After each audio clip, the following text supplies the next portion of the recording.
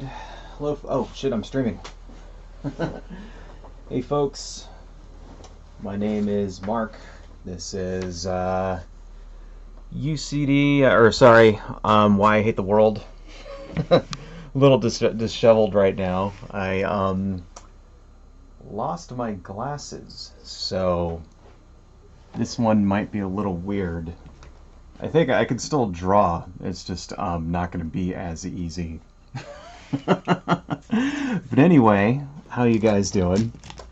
Damn, I think I left them. Yeah, I don't know. I think I know where they are, but there's no way that I can go get them and still be on time for the stream here. So, unfortunately, we're just gonna have to proceed without them. I had a pair of like shitty ones, like grocery store glasses, but I don't know what happened to them. But anyway, that's okay. Let's just go ahead and get going with the stream. I'll just have to squint. So, welcome. Looks like someone out there is watching. Thank you, whoever you are. And before we start, let's take a look at where we're at now. And this is what we had from last time, which I think it was looking pretty good. You know, it looks a little wonky through this neck area, but the rest of it actually I think doesn't look half bad, you know. It's just all sort of detailing at this point, mostly. I mean, I guess we gotta like fill in some of this stuff over here or whatnot, so. Anyway, let's get a move on here. So, got a lot of stuff that I would like to talk to you guys about this week.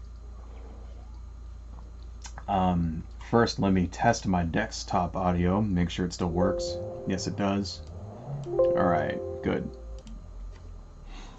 Good, because last week it didn't work, so just to make sure that's looking good. I have a lot of stuff that I want to start, you know, that I want to talk about.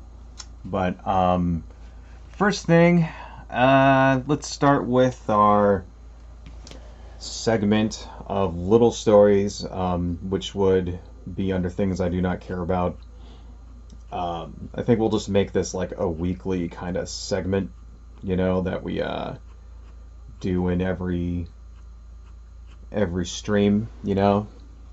A good way to start off. We can just be like, here's some little stories that, you know, would not constitute an entire video or whatever. So, first thing I want to talk about here is Harry Styles. And I don't know if you guys have heard about this story, but let me just kind of show you what I have in mind here. This is from Junkie.com. Conservatives are self-combusting because Harry Styles wore a dress on the cover of Vogue. I don't even know who Harry Styles is. I had to look him up. And apparently he's a British singer, songwriter, model kind of guy or something. I had no clue. I'm like, whatever. And I guess, you know, Ben Shapiro feels that his masculinity is threatened because this dude in England is wearing a dress on a magazine that he most likely doesn't read. I don't understand that shit. And I guess what's going on here, if I had to guess, you know, because I really didn't even bother to, like, not only read that article, but I didn't even really bother to see why people like Ben Shapiro would object to that in the first place, because I already know. And it's because people like Ben Shapiro really don't have anything of substance to talk about. And this is actually something you're seeing a lot from the MAGA people and, you know, conservative commentators and that kind of thing. And we'll get into that a lot more because I want to, like, spend a good portion of the second half of the stream talking about, you know, MAGA chuds, right?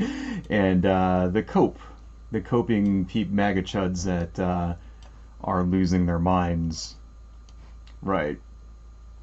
In fact, there's a guy that I want to bring up. Probably the second half of the stream. There's a genius level person who I think is a troll that we'll bring up.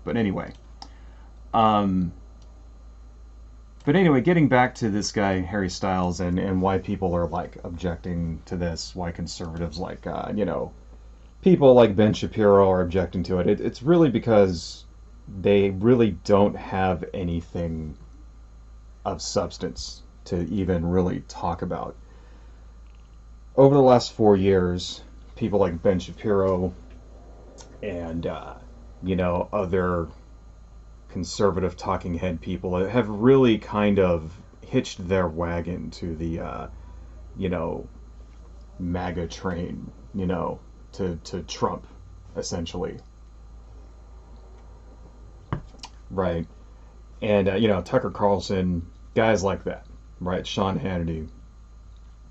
Now that he's gone, I guess he's not gone yet, but now that he lost the election and will not be president anymore, and their movement is disintegrating in front of them, these guys are now searching for something in order to remain relevant. And they really don't have anything, right? If you really think, I mean, after 4 years of Trump and the, just disintegration of conservative values in this country, they really don't have anything that they can, hitch their wagon to. So they're kind of relying on the only thing they have left, which is literally the only thing these guys have left is culture war stuff. That's really it. They can't talk about any types of policies anymore.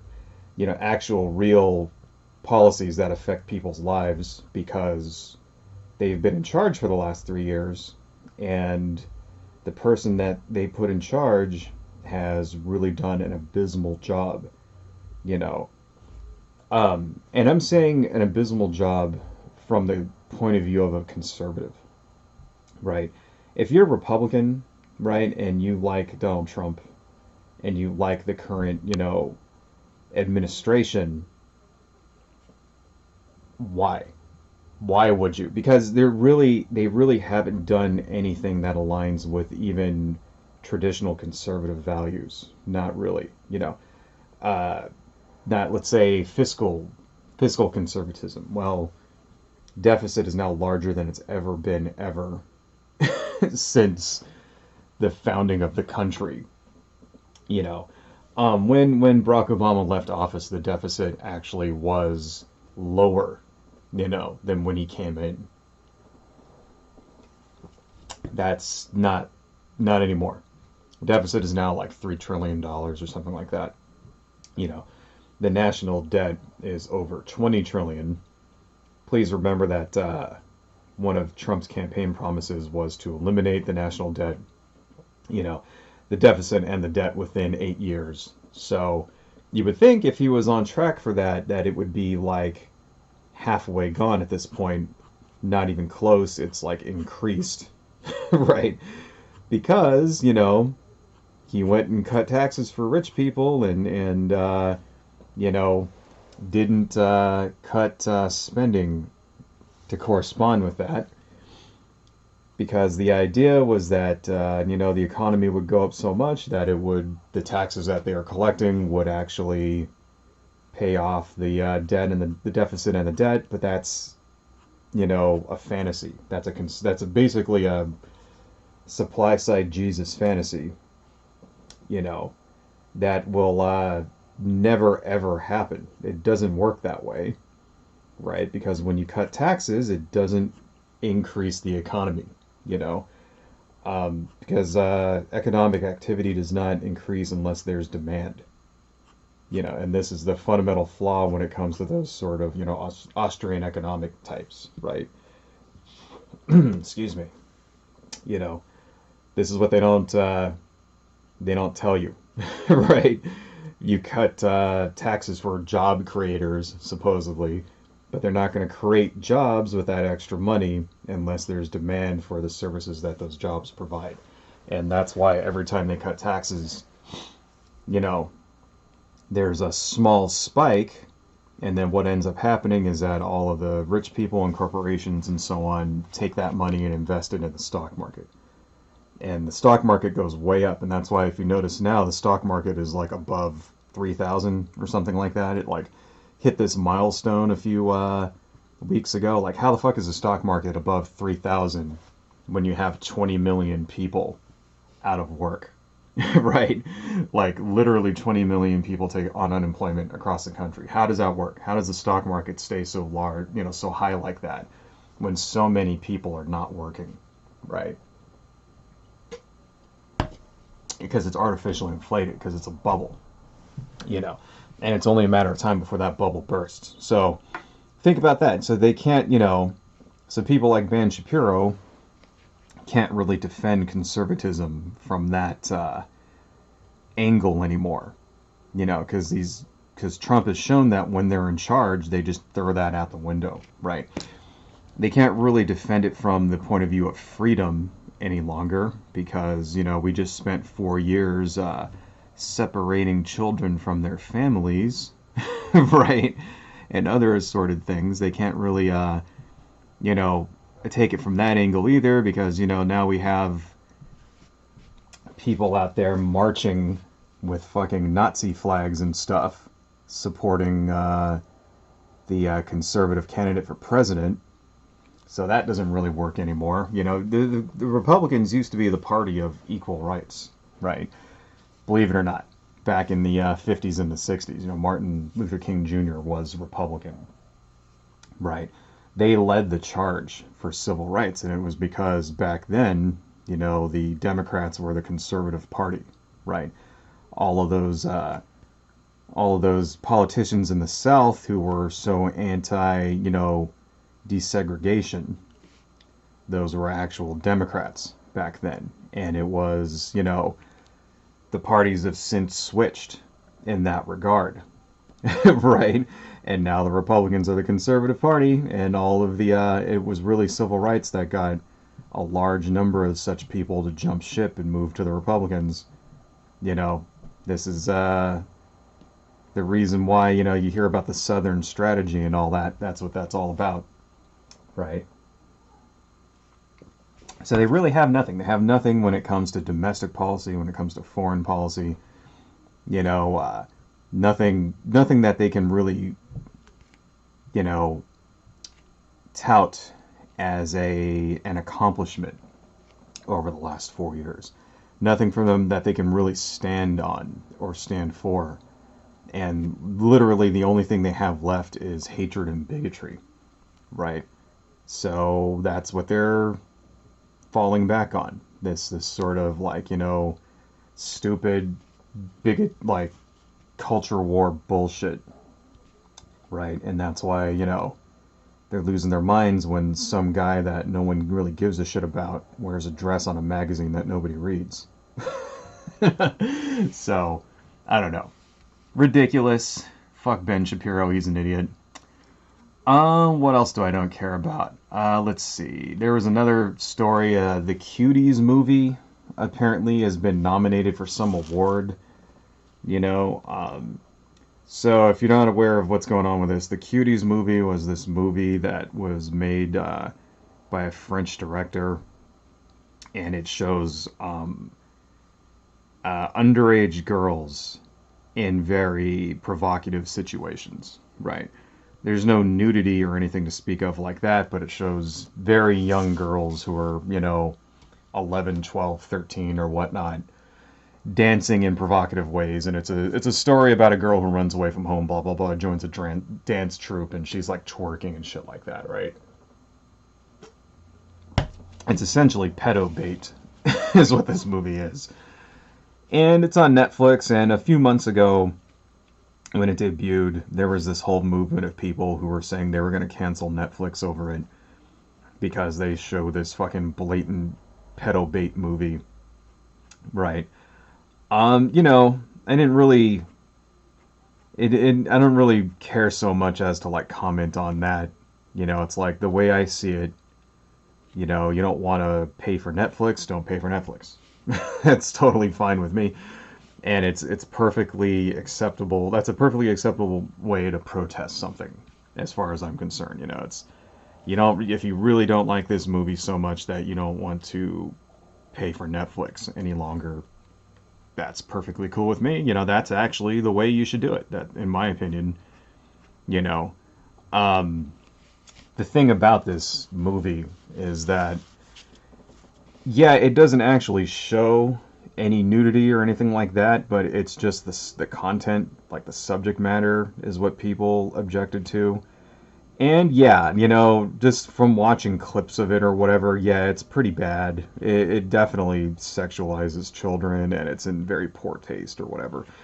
Um, the free speech advocate in me says you should be allowed to make a movie like that, but the moral decency center of myself says I would never watch such a movie.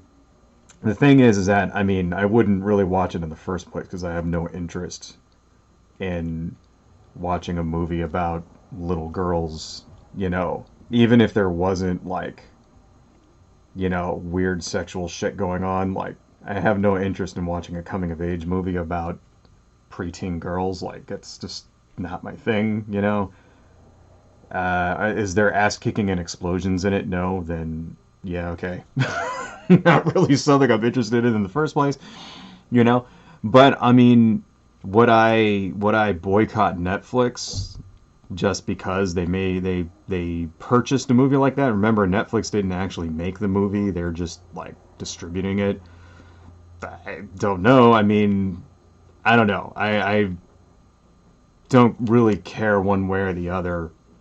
You know, can it be shown that actual children were exploited and harmed in the making of this movie? If yes, then yeah. Then yeah, I would, you know, if it actually can be demonstrated that children were harmed, you know, if somebody was actually exploited, if there actually was like nudity in it or some shit like that, then yeah, I would say, you know, but that would be like, then that's like a criminal case, right? So I don't know. I wouldn't. I'm still not gonna like you know not not use Netflix just because whatever you know marketing manager or whatever it was who signed this movie up made a poor decision, right? I mean, I don't know. It sounds fucked up, but it's just a movie. And really, to be honest, though, if you think it's a movie that shouldn't exist, then you should not only not watch it, but you should, you know, if you feel that strongly about it, then yeah, boycott Netflix. That's, as far as I'm concerned, that's perfectly acceptable. You know, boycott Netflix. Myself, I'm not going to do that, but I'm also, you know, not going to watch this movie like ever in my entire life because I just don't care. I don't care.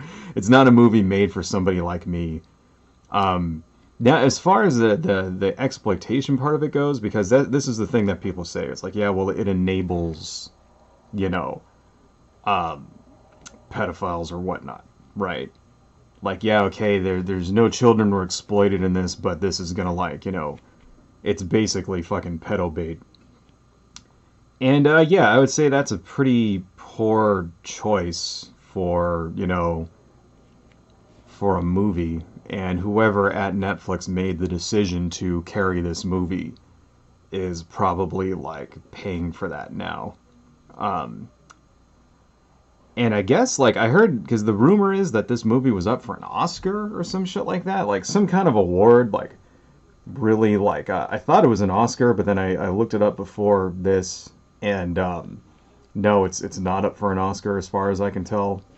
You know, but I could be wrong on that. But and if that's the case, it's like, wow, like, why is this movie getting, like, you know, getting, like, fucking, um, you know, critically acclaimed like this? I mean, I don't know. Is it really that good of a movie? I mean, I don't know. I don't know. Whatever. But, Anyway, I guess long story short, if it really bothers you, you know, don't watch it. Number one, don't watch it. I think a lot of stuff like this can be solved just by that. If people like, you see a movie that's weird or controversial or, something like that, and you really, really, really don't like the content of it, if you were, the more you protest stuff like this, the more it tends to get famous, and then the more people are going to search it out just to see what all of the hubbub is about, you know? Like, that's really, I mean, that's actually a form of marketing as well, the negative marketing, right? I don't know if you remember about a decade ago, a movie called The Brown Bunny came out, and it was this otherwise, like, forgettable romantic drama, but it had, like, a live oral sex scene in it, that, like, basically it was just porn at the end. There's a part at the end where the main actress, and I can't remember her name, but the main actress was actually a mainstream actress. She was in, like, American Horror Story and a couple of other movies like that. I can't remember her name, but anyway, the end of the movie, there's like a live blowjob in this movie. You know, that made everybody go out and watch the movie, right? And the thing is, the movie was forgettable. Like, I literally cannot remember anything else about this movie except at the end there's like oral sex. Right? That's a form of marketing, negative marketing. So whoever getting back to the Cuties movie, whoever the director is of the Cuties movie, you know, um, who's getting all of this hate or whatever. Apparently, it's a French woman, black woman in France who made this movie, and it's supposed to be semi-autobiographical or something like that. Whoever this person is, even though, like, she's probably getting lots of hate on the internet, she's probably also loving the fact that everybody's talking about her movie, right? If it's good or bad, and has most likely very much profited from all of this negative press. So, you know, so I guess my advice to everyone is that if you really hate this movie, then just forget that it exists and let it fade into obscurity, and no one will ever watch it again. And it's, I don't know, that's pretty much it. I mean, anyway, what else, okay, here's really one thing that I want to talk about here. Right, cultural appropriation in Animal Crossing. All right, so let me show you guys here. Oh, hey, somebody commented, Booyah admin, crazy dragon illustration. Do this kind of thing for a living? Nah, unfortunately, no, not for a living. I am, but it's a hobby, and I do have a couple of outlets and things that I sell prints and stuff like that. But I will put all of that at the end of the stream. I'll put links to my Etsy shop and my DeviantArt and all that. I usually do that at the end of the stream. So thank you, though. Thank you. I'm glad you liked the illustration. So here's one thing that I would want to bring about up here: cultural appropriation in Animal Crossing. So if you guys have not played Animal Crossing, it's a very, very cute game for the Switch.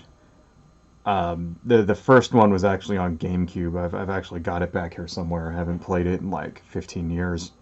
But I do have Animal Crossing New Horizons for the Switch, and played it for a good 3 months solid every single day. Should probably log back in, because I missed all the Halloween stuff. So I want to show this to you guys here. Here's my left monitor. This is can you guys see that? Can you see the whole thing here? Ah, shit, you can't, can you? All right, hang on a second. Let me go. Left monitor. Let's see if we can move that up a little. There we go. So yeah, this is a controversy happening. So they enabled these hairstyles, and it's a little Afro puff. Excuse the loud ass cars driving around outside. They enabled these little afro puffs here.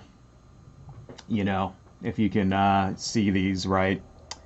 And of course, some people don't like the fact that non-black characters can have black hairstyles. And, you know, these aren't space buns. Here's the comment from, you know, Caitlin. Hey, these aren't space buns. This hairstyle was made for people of color, so they have more hairstyles in the game. So please respect this hairstyle isn't for you to wear. First off, I noticed Caitlin is white here. That's funny. But, you know, this kind of touches back on, I don't know. I've made videos in the past here about cultural appropriation and how I don't really believe that it's a valid thing. You know, I do have a couple of videos about that. And I don't know if you guys remember about 4 years ago, there was a video going around of a guy and a girl that were in college, and the woman is like a hall monitor, and she's trying to get the guy to cut his dreadlocks because he was white and he had dreadlocks, and she was like, you know, the woman was black, and she's like, yeah, that, you know, that hairstyle is like, you know, my culture, cut it off. And she had a pair of scissors, and she was trying to get this dude cut off his hair, like right then and there. And he just basically told her to fuck off or whatever. This seems to me, you know, the idea that, like, I can't make a video game avatar that has a certain hairstyle seems to me to be pretty close to that, right? So, first off, I'm not exactly white, right? I'm half white, essentially. You know, my father is actually Filipino. You know, my mom is white, so I'm kind of a Filipino white mix, right?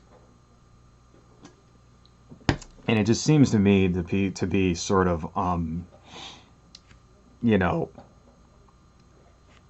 like your hairstyle isn't really a culture per se, you know, like my problem with cultural appropriation, I guess, is that it doesn't really have, there's really no logic behind it.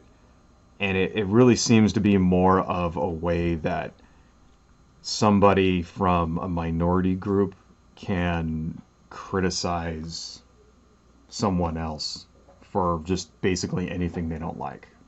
Right? Now let me break it down for you before, because what I just said right there sounds incredibly, you know, short-sighted, you know, and no doubt some people are gonna like make conclusions about me based on what I just said. Let me kind of explain my rationale here, right? I do think that cultural appropriation actually is something that exists, right? I think the way that people define it doesn't make any sense, you know. So let's say, for example, because what is that supposed to be? Cultural appropriation, right? It's when you, as the dominant culture in a society, I guess you would say, absorbs pieces of the less dominant culture in your society and calls it your own. You know, so what would be an example of that? Let's say a fashion model on a magazine dressed up as a Native American wearing a Native American headdress, right? That definitely you could say is cultural appropriation, you know. But there's a reason why. Why is that cultural appropriation? You know, like just to kind of show you. Yeah, let me just see if I can find a picture of that before we go any further. You know.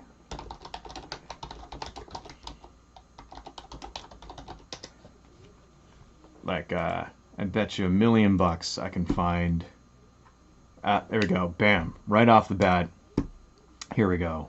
very, very first picture that I search for when I Google Native American headdress model. Okay, is this? This is the very first picture that comes up, and it's a, you know, Victoria's Secret fashion show. Remember when Carly Cross wore a Native American headdress in the Victoria's Secret? Yeah, see, very first thing that comes up. This, I would say, is cultural appropriation, right? The reason why, it's because, well, that headdress means something.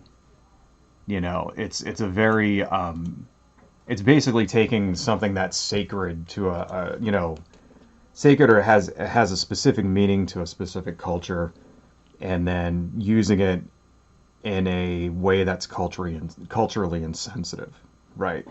That would be, you know, um, you know, cultural appropriation, right? Another example of that would be something that, you know, say the Washington Redskins, like you know, football team or whatever, right? A very culturally insensitive name like that, that you know, is built off of a history of bigotry, right? There you go. So I would, you know, you can classify that as cultural you know, appropriation, right? But what do those two examples have in common? Is what they have in common is an element of I guess you know, they have an element of bigotry attached to them, right? There's they're done to insult people, right? You know, like that's really, I think, the missing piece when it comes to cultural appropriation, right? Not only is it done to take something, you know, take a piece of someone else's culture and then claim that it's yours, but there's also an element of suppression, you know, of oppression, I guess, involved in it. Well, a white person wearing dreadlocks, where's the oppression in that, you know? It could very well be that, you know, the white person wearing dreadlocks is doing it because they like a black music artist, right? You know, somebody like, maybe they like a reggae music, maybe they like, you know, hip hop, and their favorite hip hop artist has their hair like that, whatever, right? You know, that, you know, where's the oppression in that formula?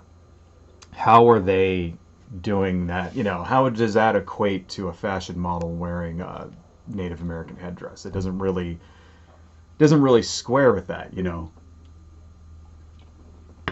You know, and this is besides the fact that a hairstyle, you know, there are hairstyles all over the earth that from many different cultures that you know, are very similar to each other in the same place, right? You know, pretty sure that there are examples of white people with dreadlocks throughout history. And, you know, dreadlocks were not just invented from, you know, you know, like an Afro-Caribbean culture. Like it didn't just specifically come from, you know, that, right? Pretty sure that other people elsewhere in the world also wore dreadlocks, right? Or when it comes to these little hair buns, like it is in this picture, you know, this is the picture that we were talking about, you know, to remember. When it comes to these little hair buns, well, there are also examples of Chinese hairstyles that are exactly like, you know, that look essentially the same as this. And you could, in Animal Crossing, get this hairstyle and put your avatar in a Asian style dress and have these little hair buns, and it wouldn't really look that far off from something like, you know, Chun-Li or whatever, right? So it's like, you know, there has to be that element of stereotype, you know, that element of oppression in it in order for it to count. You know, in my opinion at least. You know, maybe there's some kind of like academic like definition of cultural appropriation that I don't understand or some shit. And, you know, so I leave myself open to be corrected here. But it just seems to me like, for example, if you dress in like, let's say, you're really into hip hop, for example, and you know, dress and talk and walk the same way that your favorite hip hop star does, you know, and that doesn't really seem to me, and you're white and the hip hop star you like is black, that doesn't seem like that would be cultural appropriation to me. That seems like that would actually be something that, that shows you're appreciating their culture, right? And then, that only doesn't really get into like all of the other weird and wacky examples of things that people call cultural appropriation. For example, there was a thing I saw on Reddit where it was a comment where somebody said, if you're not Chinese and you're at a Chinese restaurant, then you should leave and you shouldn't eat in the Chinese restaurant because people of Chinese descent gather at Chinese restaurants, and so it's like only for them. And as somebody who's part Asian, I can tell you that's complete 100% total bullshit. Even though I'm not Chinese, so maybe, I don't know, maybe I'm the wrong kind of Asian to like, make that assessment. But I can tell you right now, whoever owns that restaurant doesn't give a shit who you are, what color you are, what nationality you're descended from. They're more than happy to probably have you in their restaurant and spending that money, right? Because, restaurants are businesses. They're not, they're not a culture, right? It's like, it's a business, for crying out loud. Like, so that's bullshit. Here's another example of that. Okay, so I told you I'm part Filipino, right? Right around where I used to live, out in the San Fernando Valley, there's a restaurant called White Rabbit. And it's a Filipino Latino fusion restaurant. And they have things like chicken adobo burritos, that kind of thing, right? Well, in the Philippines, there's no burritos. Burritos are a Latin, Mexican, South American Latin thing. They're not, there's no burritos in Asia, right? So who exactly is appropriating who in this scenario? Right. Are the Filipino owners of this restaurant culturally appropriating burritos? Or what if the cook in the restaurant happens to be, Latino? Is he then guilty of appropriating chicken adobo from the Philippines? Like, it doesn't make any sense. Like, could you even say that? Because, like, because neither of those are the dominant culture in this country, right? Well, what does it mean to actually be the dominant culture? Does it mean that you have to like have the most number of people in the descended from your culture in the country or whatever? Well, Los Angeles has more than 50% of the people in Los Angeles are of Latino descent, right? In Los Angeles, more than 50%. So could you say their Latinos are the dominant culture in Los Angeles? I mean, hey, they outnumber every other minority group, including white people, in Los Angeles, in Southern California, right? So are they the dominant culture here, right?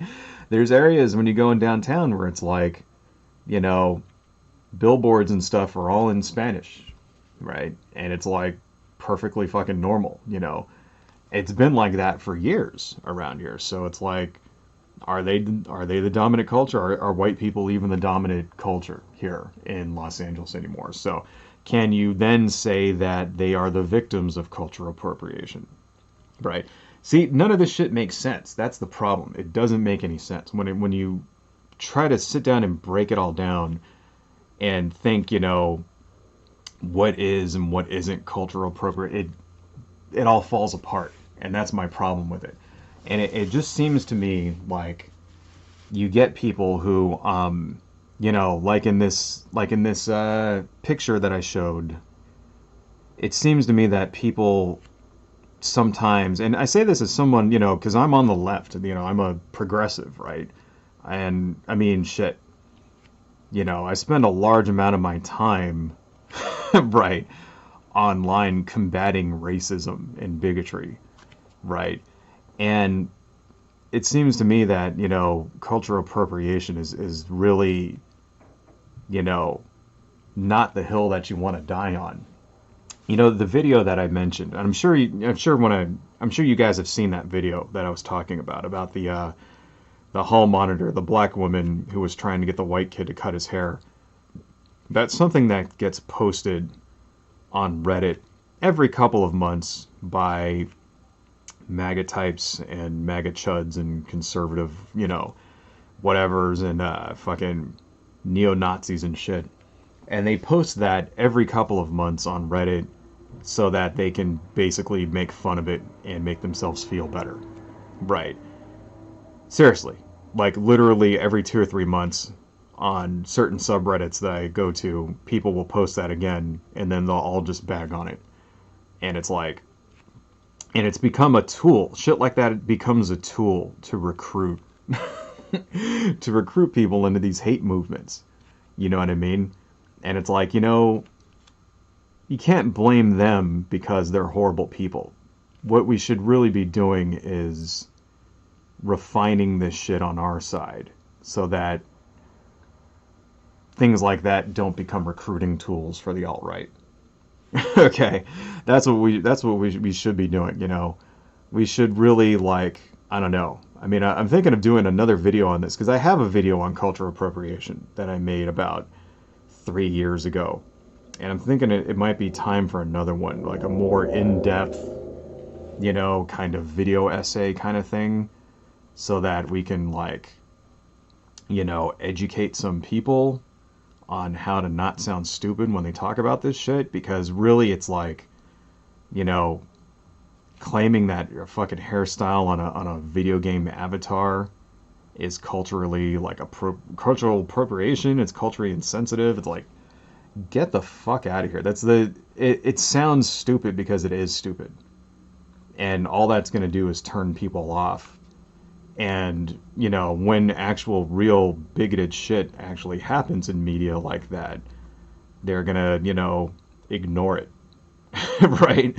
When somebody then turns around and, like, names their, like, baseball team, like, something incredibly racist, or some shit like that, like they name their baseball team, like, the fucking, Washington Redskins or some shit. Right, then they ignore it. They ignore it because they think, like, all of this shit is the same, Anyway, let's move on. Okay, so I guess I took a little bit more time talking about that than I wanted to. Kind of went off on a tangent there. So what else?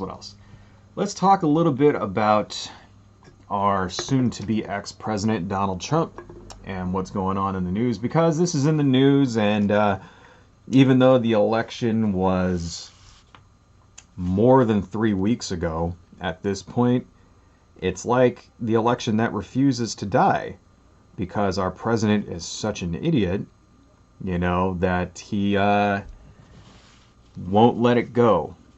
Right? So Trump has still, as of this date, this is on, I'm making this video on November 29th, right?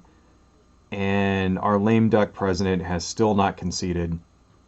And it's funny because, if he just would have, like, conceded like an adult, all of this shit would be over with, and people would be talking about Joe Biden now, and most likely criticizing his cabinet picks and things like that.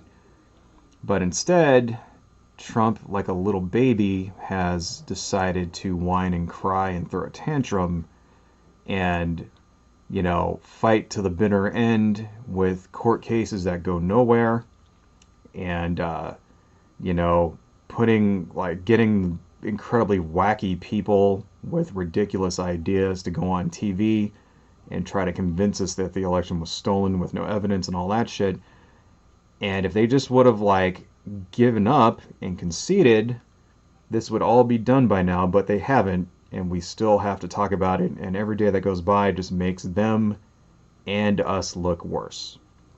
And so, as of this moment, though, it appears that Trump has entered the bargaining phase of denial. See, you have those steps of denial, right? When something really bad happens to somebody, you know, a loved one dies or they get diagnosed with cancer or some shit like that, people go through steps, phases of denial, you know, and the first phase is they just deny that it's happening. They pretend that it's not happening. And then the second stage is that they start bargaining and pleading and all that. And, you know, please, God, if you just don't make this be a thing, I'll promise I'll be a good whatever and I'll go to church, blah, blah, blah, blah, blah, right? And it seems like that is the phase that Trump is in now. Right? Now, I want to show you this. This is a tweet. Oh, wait, go back. Here's a tweet from our soon-to-be ex-president here. This was on November 27th, so 2 days ago. Biden can only enter the White House as president if he can prove that his ridiculous 80 million votes were not fraudulently or illegally obtained. When you see that happen to Detroit, Atlanta, Philadelphia, and Milwaukee, massive voter fraud, he's got a big unsolvable problem. The claim about this claim about election fraud is disputed. Right. So, yeah. Starting to bargain now, you know. He can only enter the White House if he can prove 8 million, you know, 80 million votes were not fraudulently, blah, blah, blah, blah, blah, right. Unfortunately, that is, yeah, incorrect. Biden at this point doesn't have to prove shit. You know, Trump is in the bargaining phase. He's trying to bargain away his loss. No, Mr. President, Biden will be sworn in and he will enter the White House without having to do jack shit because the election has been certified and you lost whether you like it or not. You know, and I kind of feel bad for Trump a little bit at this point, but really not that much. I feel bad for him a little because you can kind of tell that the stress is getting to him. You know, he's made very few public appearances since then. I think he's had like one press conference where all he came out and he just talked about the stock market for like a minute and a half and then left. You know, he apparently still refuses to talk to Joe Biden. And it was only a couple of days ago, like last week, that they even allowed the formal transition to begin. So for like 3 weeks, since he hasn't conceded, there's like paperwork and stuff that has to be done in order for them to start actually getting the transition going and allowing the Biden people to like get access to funds and get access to like the FBI to vet their, you know, cabinet picks and all that shit. And that just started now, so now they're off to a late start, you know. And that's kind of like the point of no return, right? Because up until then, you got to remember, you know, they were proceeding under the assumption that there would be some miracle court case. Now, the Trump people were proceeding under some assumption that they would win in court and then it would get overturned. You know, if you remember fucking Trump's, whatever the fuck his name is, Trump's secretary, I can't remember the guy's name, but like goes up and says, yeah, we're waiting to transition to a second Trump term, whatever, right? And then they also are submitting his budget proposals for 2021, you know, as if he's still going to be president and all that shit. So now it's like reality is starting to sink in and Trump is still denying. You know, he's still in denial over it, but it's sort of like, it's starting to like, you know, he can only bullshit himself for so long. Apparently there's a quote that, I don't know how accurate this quote is, but something that I saw on the news here where when Trump was talking to one of his aides during a meeting and lamenting the fact that he lost, apparently Donald Trump said this. All right. I don't get it. All these other Republicans all over the country, they all win their races, and I'm the only guy who loses. And that makes sense because, you know, overall, the Republicans really didn't do that bad during this election. You know, they picked up houses they picked up seats in the House, right? They most likely will retain control of the Senate if if they manage to win in Georgia. More on that later. So it's like, yeah, other Republicans did good. So why, like, down ballot Republicans did good, right? So that means that there was a significant number of people who voted down ballot Republican, but when it came to Donald Trump, voted for Joe Biden. Right? If that isn't, like, just a kick in the pants, to Trump personally, then I don't know what is.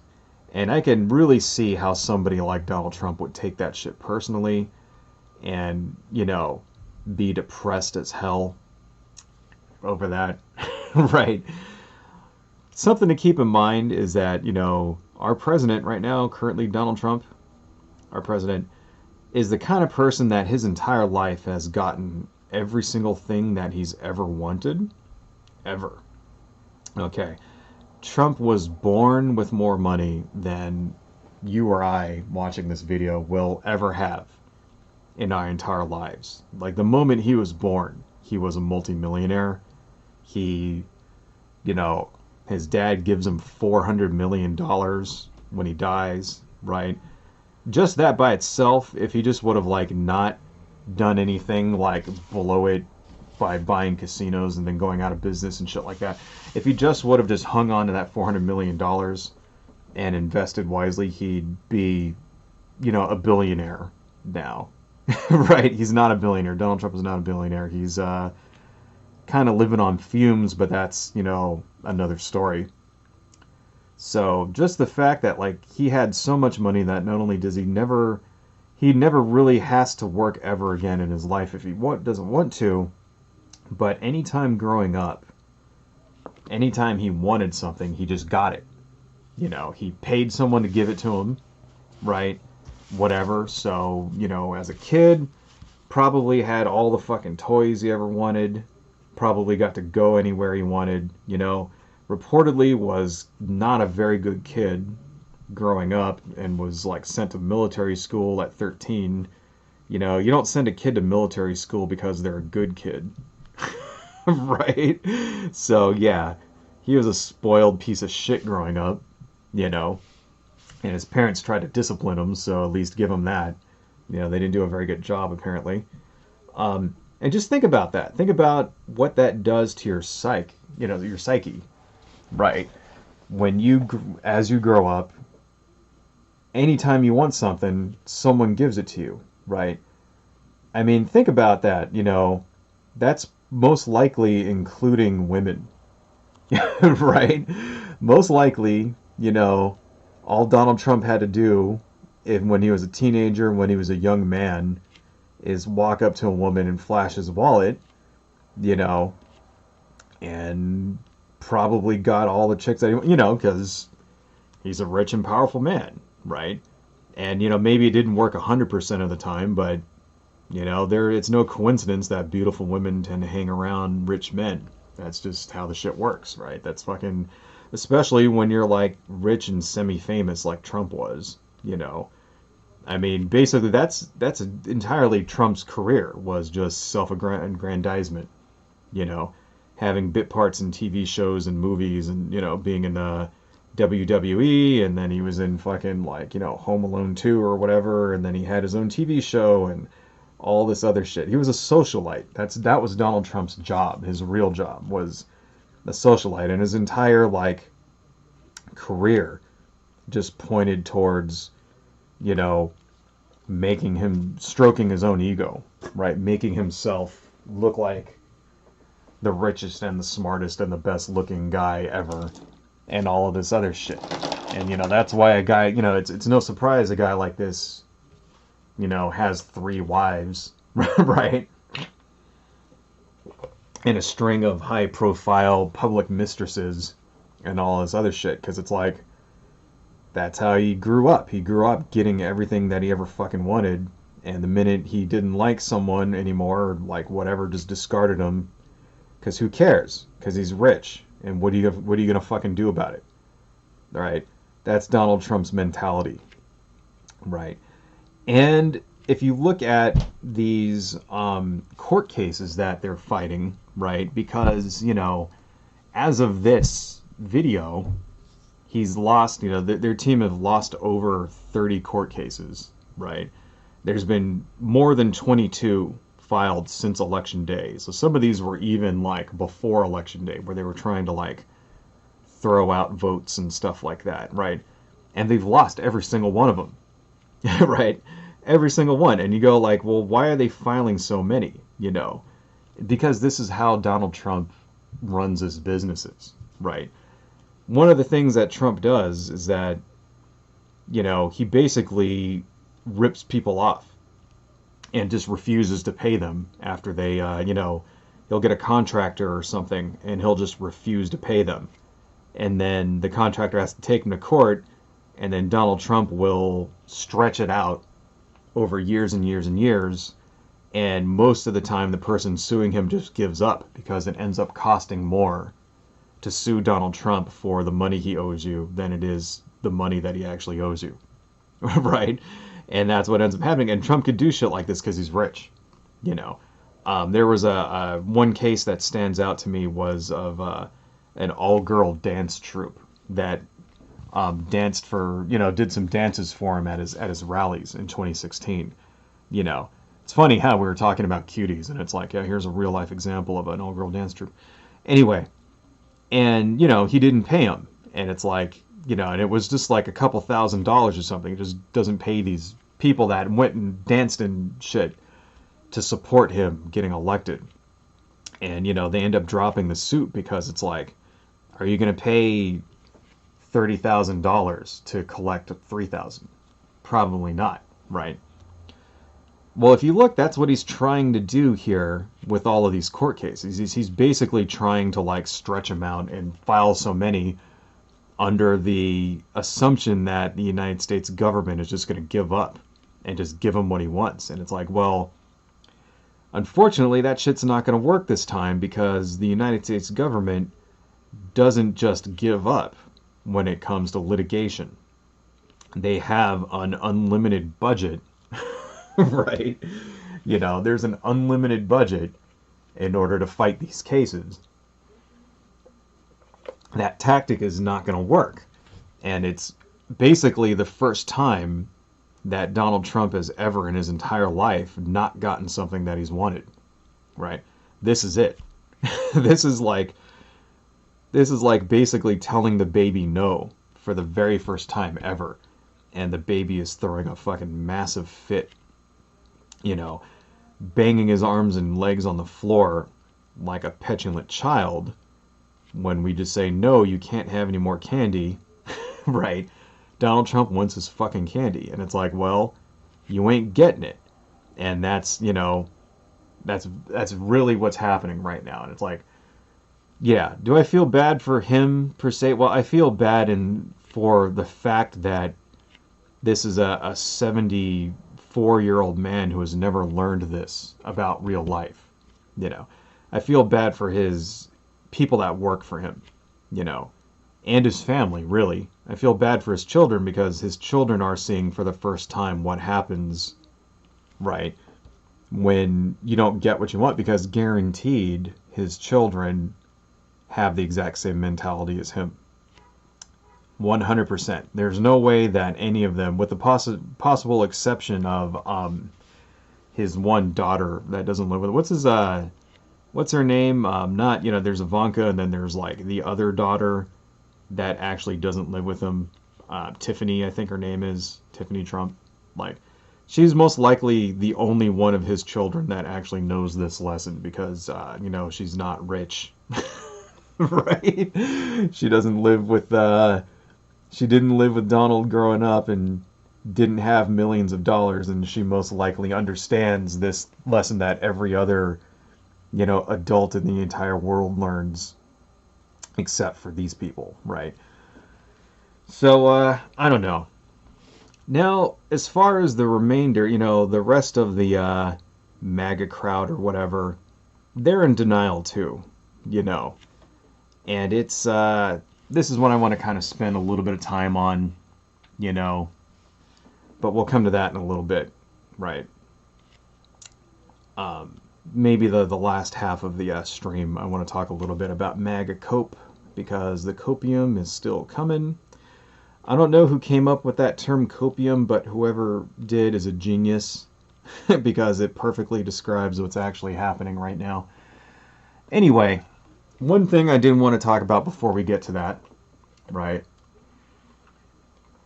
is the fact that Donald Trump pardoned Michael Flynn, right? So, was it Michael Flynn? Wait, what the hell is that guy's name? Hang on a second. Is it Michael Flynn? Because I'm going to feel like an idiot if that's not his first name.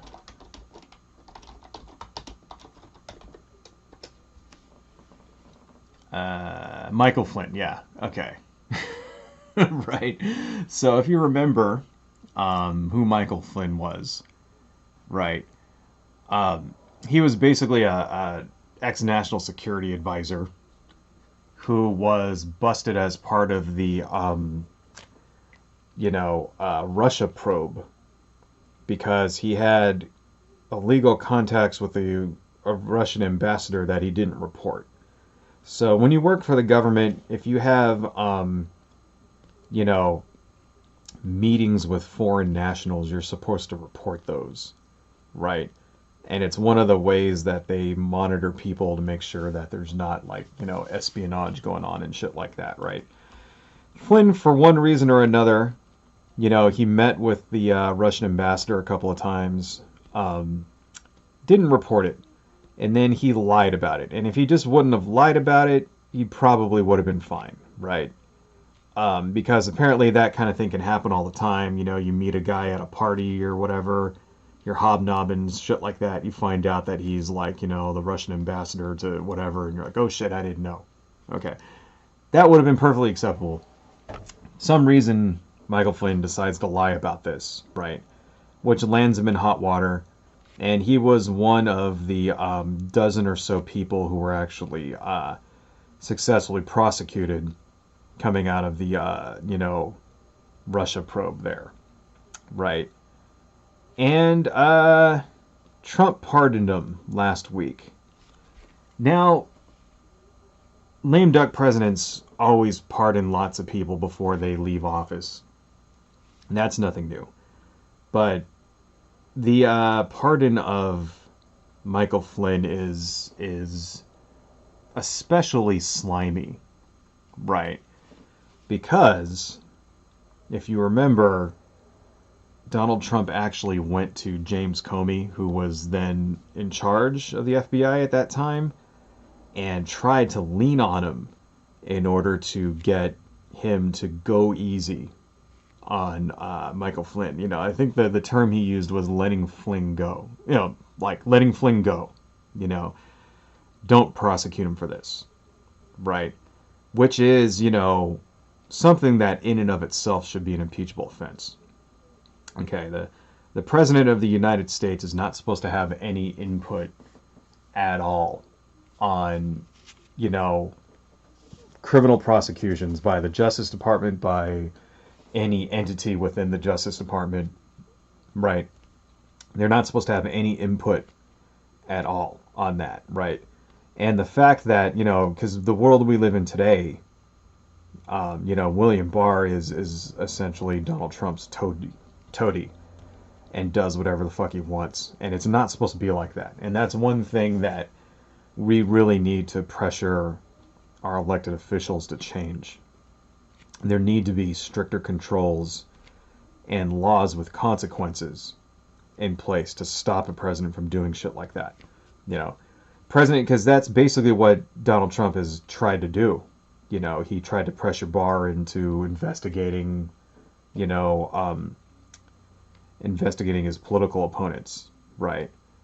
And, actually tried to get Barr to throw Joe Biden in jail before the election. That's that's apparently a real thing that happened, right?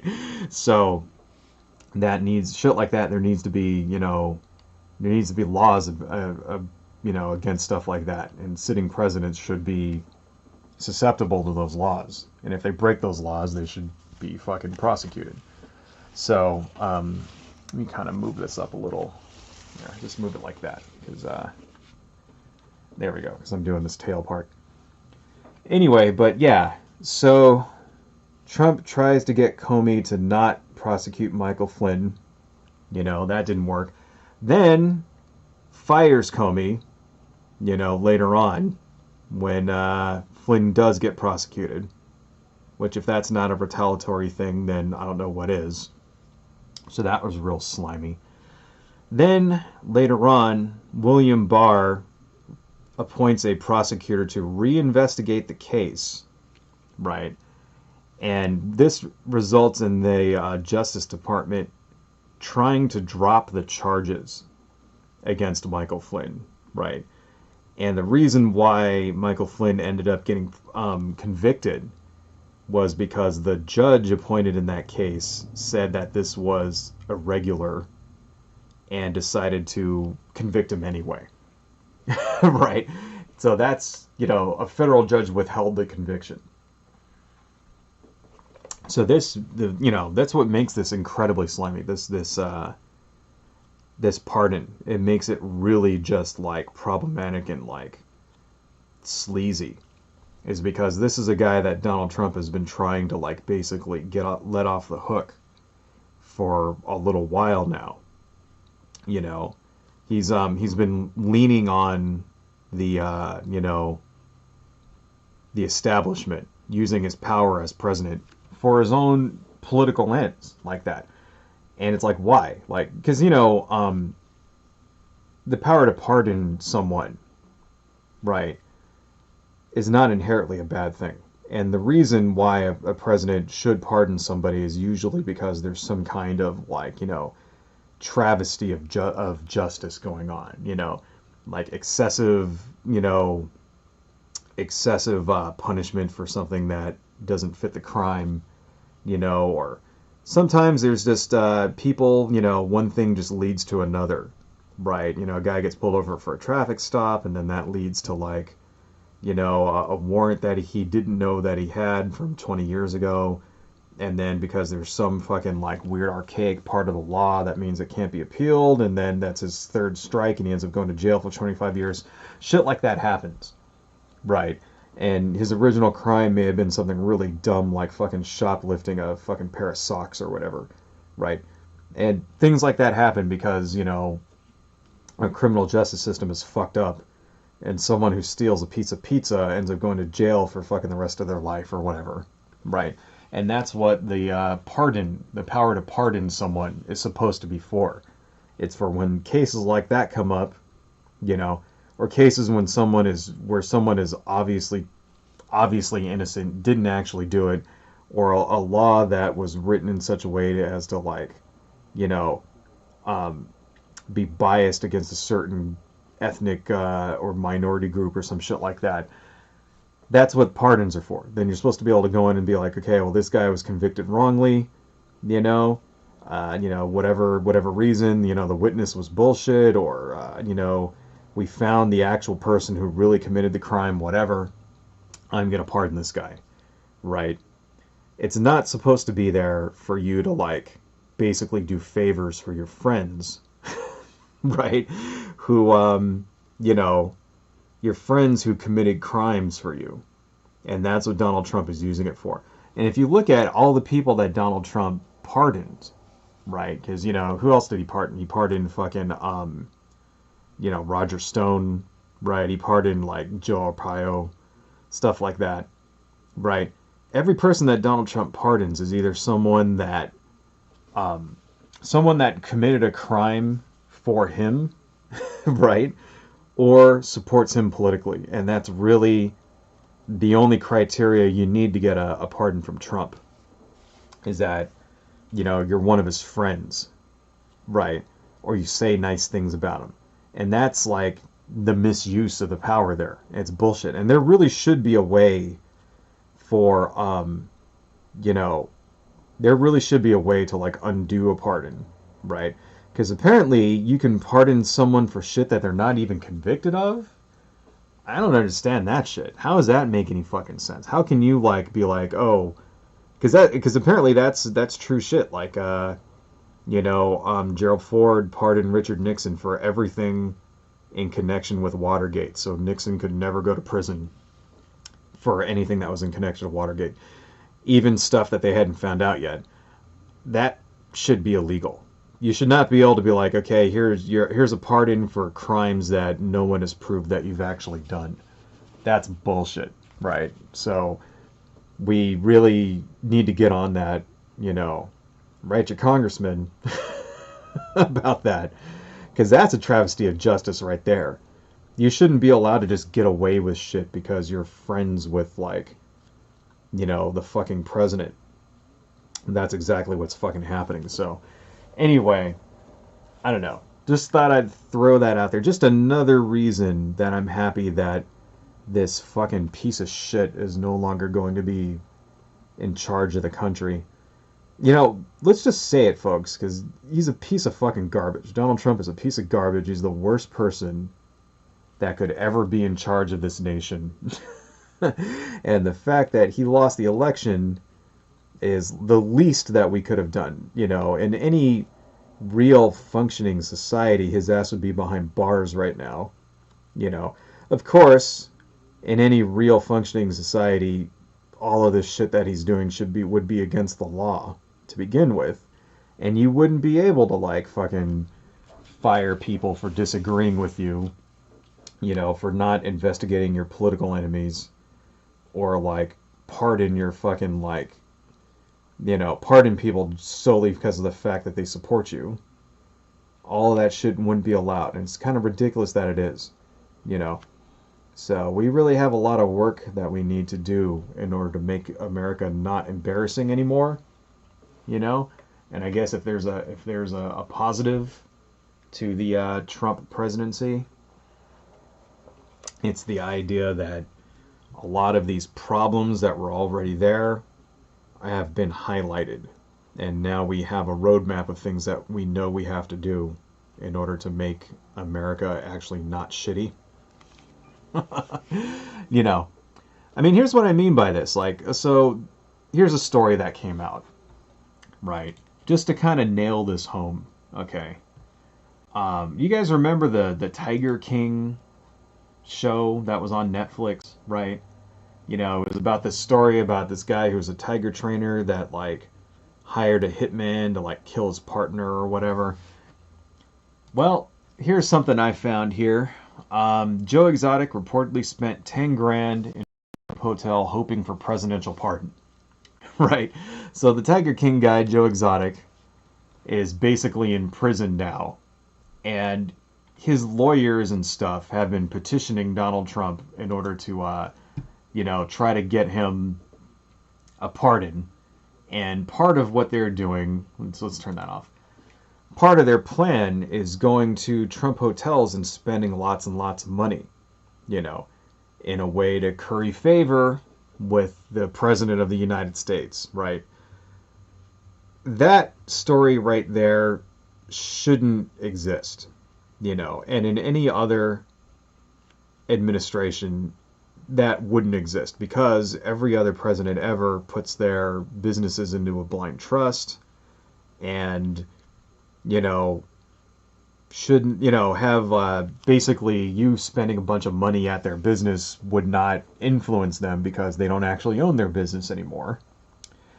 And that just kind of shows you not only why pardoning, the pardoning power, how it can be abused, but also why the emoluments clause is a thing that we in the first place. Because you shouldn't be able to do that. There shouldn't even be the ability to influence any politician in that manner. It should be a thing that when you become a politician everywhere, if you own a business, all of it, you have to sever yourself completely 100% from all of it, right? That should be the price of being in the government. right?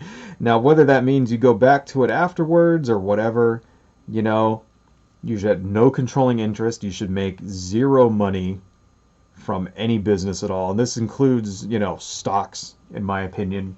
You know, there's plenty of stories out there, for example, of Dick Cheney's stock in, you know, his former company going up by millions of dollars when he, like, gave that company, you know, no big contracts in Iraq, shit like that. You know, there should be no opportunity for that type of corruption whatsoever. You know, and the fact that we allowed that kind of shit to happen in this country is just so telling about, you know, who actually runs it, right? Who actually is in charge of our democracy? Is it really the person we vote for, or is it the people that pay them, right? You know, maybe what we should do is, you know, pay elected representatives more money. Maybe that's it. Maybe we should compensate them, you know, and give them CEO salaries. At least maybe they'd be motivated to actually do it. I don't know. That's probably a dumb idea, right? I'm just thinking out loud. But, you know, maybe that would be compensation for them having to dump all of their stocks and sell all of their businesses before they become a senator or the president or something. Maybe if we paid them based on, you know, a competitive, I don't know. That's probably a stupid idea. You know, what can I say? But I'm just saying, you know, at the very least, what happened there should not be something. We shouldn't even have, like Joe Exotic shouldn't even have the opportunity to try to bribe his way into a pardon like that. Because that's what's actually going on there, right? It's kind of ridiculous that we even, like, allow shit like that to happen. You know, it occurred to me that, because I'm drawing down here, this dragon would actually continue, so I'm going to have to fill in this portion down here eventually. Right? We'll come to that in a minute. Maybe that'll be, like, last. Because, yeah, I don't want to sit here and draw all that shit. Not right now. Coming along, folks, and wouldn't you say? You know, let's take a break here for a second before we get into our final segment of the live stream. Not too bad, huh? God, my hands are like, ouch. Hands hurt. Anyway, sorry, folks, voice is all dry. I've been talking for an hour straight. All right. What else do we have here? Here's some funny shit. Okay. Let's see. Have you seen this thing? Let's look at this. This is write-in-Trump-for-Georgia-Senate.com. Let me turn on my left monitor here. Hack the runoff. Right. Crush the liberal socialist plot to destroy America by writing in Trump for Georgia state runoffs. Holy fucking shit. With enough write-ins in the Georgia Senate race, we can tilt the balance in Georgia in Trump's favor. If we can do this, we have a real chance of getting these rhino senators to act on the illegitimate and corrupt election presided over by a Democrat Party that is invested in the communist takeover of our great nation. We will not stop fighting for you, the American patriot, against the evils of socialism and inferior religions. This is a Christian nation and will not be as long as we fight together for our sovereignty. Website has been paid for by the Committee for American Sovereignty. Holy fucking crap. Okay, have you heard about this shit? This, basically what's going on is that, now I don't know if this is just a high-level troll or what, but Republicans in Georgia have decided to boycott the election because there's a runoff in Georgia because for the Senate seats in Georgia, right? And what it is is that basically if the Republicans blow this election, right, and if both of these seats flip to the Democrats, then the Democrats have a majority in the Senate, and then Mitch McConnell will not be able to block or hamper Joe Biden the same way that he did to Obama, right? And we're seeing people, Republicans in Georgia who want to boycott this election, and they want to boycott it over the fact that Donald Trump is not, didn't win Georgia. I'm blown away by that shit. That's incredible to me. That is the stupidest fucking thing. Now, of course, if you live in Georgia and you're a Republican and you're thinking of doing this, please by all means do it. Please go and write in Donald Trump's name as your Senate representative. Be my guest. I encourage you to do it if this is what you want to do. But yeah, this is the dumbest shit ever. It's hilarious, and this is what's making me think that this is actually a troll account that set up this website. But I don't know. I mean, these are low information voters that we're talking about here, and the MAGA people are kind of losing their minds a little bit, and it does make sense that somebody would just be that politically illiterate that they think that this would be helping Trump somehow. I don't know. That's just that shit was hilarious to me. I don't know. Please cope some more, folks. And what I really liked was the inferior religions part. Like, what the fuck was that all about? Like, and that just kind of goes to show you, like, it's not really about democracy to these people. It's really sort of basically a religion. They think that they're fighting for God and stuff by electing quite possibly the most immoral human being who's ever lived. Or who at least has ever been president. I don't understand that shit. Like, I'm sure Jesus really appreciates it when you put a serial philanderer in charge, who's had 3 wives and has cheated on all of them. Right. Pretty sure he appreciates that when you elect that person to be the president. I'm sure you'll go to heaven for that. Let's see. So we're kind of moving into the copium portion of the live stream here, where we're gonna make fun of conservatives and Republicans and shit for the fact that they can't accept the fact that they lost and are coping hard. Here's one thing I wanted to talk about here. Charlie Kirk's dipshit rant about Thanksgiving. If you haven't seen this shit is fucking hilarious. Let me kind of move this over here. So Charlie Kirk runs, of course, hang on a second. This is, I think this is from charliekirk.com. And here he's going to blame the left for taking away Thanksgiving. So let me just turn on my monitor here. This shit was hilarious. Just in case they try to, like, hang on, let me just do, whoa, nope. Let me just make that big. And I think what I'm going to do is kind of decrease the size of this a little, so that way the YouTube bots can't try to bust me for stealing his, copyright infringement or whatnot. So, Charlie Kirk, of course, runs Turning Point USA, which is a organization that goes out to college campuses and stuff and tries to fuck up young kids' minds, right? And, they're the people that bitch and moan and complain about, trans people using bathrooms and non-gender pronouns and etc., etc., etc., and try to, like, they try to get, like, people like Milo Yiannopoulos to, like, speaking gigs and that kind of thing. And besides the fact that Charlie Kirk is just an idiot to begin with. But let's see what he has to say. Because I thought this shit was hilarious. So here we go. The left has always hated Thanksgiving.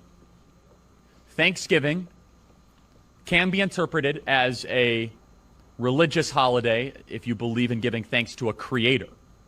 But they hate Thanksgiving because they believe there is nothing you should be thankful for in America. This is an awful place. It is cancerous, rotten to the core. Tear it all down. Well, first off, is there really anybody out there that treats Thanksgiving like a religious holiday? Like, really? I mean, I don't think so, right? Are churches and stuff open on Thanksgiving? I don't think they are, you know. I think the people that supposedly created Thanksgiving, the pilgrims and stuff, they were, you know, freaky religious fanatics. I mean, that part's definitely true. And but no, I mean, Thanksgiving is largely a secular holiday in the United States, isn't it? Like, you know, you people of all races and creeds or whatever, you know, get together on this day. It's more of a family holiday. Kind of like Christmas. Christmas started out as a religious holiday too. And yeah, I know a lot of churches actually do hold mass on Christmas, right, or whatever. But it is, you know, a holiday that people of all religions can celebrate, give each other gifts, you know. Growing up, my Hindu neighbors were, you know, celebrated Christmas, right? Actually, I don't really know if they were Hindu or not, but I think one of, you know, I think they may have actually have been Christians, but they certainly had lots of Hindu stuff around the house, you know. But still, it's not, you know, it's very much a secular thing, you know. Nobody's really sitting around going, you know, I'm thankful to Jesus Christ that I have blah, blah, blah, blah, blah. It's really more if you just sit down and you eat turkey and talk about shit. And it's a good time, you know, it's a good time to have with your family and to, like, you know, eat really good food and eat way too much of really good food. So, anyway, but let's get back to this. Let me rewind a little bit here. But they hate Thanksgiving because they believe there is nothing you should be thankful for in America. This is an awful place. It is cancerous, rotten to the core. Tear it all down. Burn it from within. Why would you be thankful? Instead, we need a revolution. Remember, as the Students for a Democratic Society radicals once wrote in the 1960s, they said, conflict is the origin of everything. What happens when you're thankful? By definition, you're less likely to be involved and engaged in conflict. Oy, oy, oy. Thanksgiving is supposed to wait. Okay, who said that? Wait. Let me just say it. The Students for... definition, you're less likely to be involved and happens when you're thankful. By definition, you're less likely to be involved. Radicals once wrote in the 1960s. Here we go. As the Students for a Democratic Society radicals once wrote. The Students for a Democratic Society radicals. Who? Students for a Democratic Society radicals. Okay. Who the fuck is he talking about? Right there. Who the fuck are the Students for a Democratic Society radicals? I mean, were they some kind of group out of Berkeley, you know? Am I supposed to know who these people are because I say that I'm a progressive? I mean, I guess maybe if I was a hardcore, you know, Marxist, leftist or whatever, maybe I would have heard of them, right?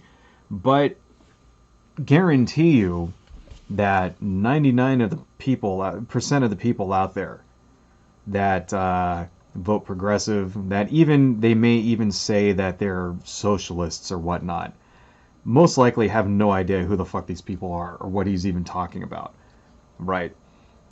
Nobody gives a shit about what some fucking student group said 40 years ago, right?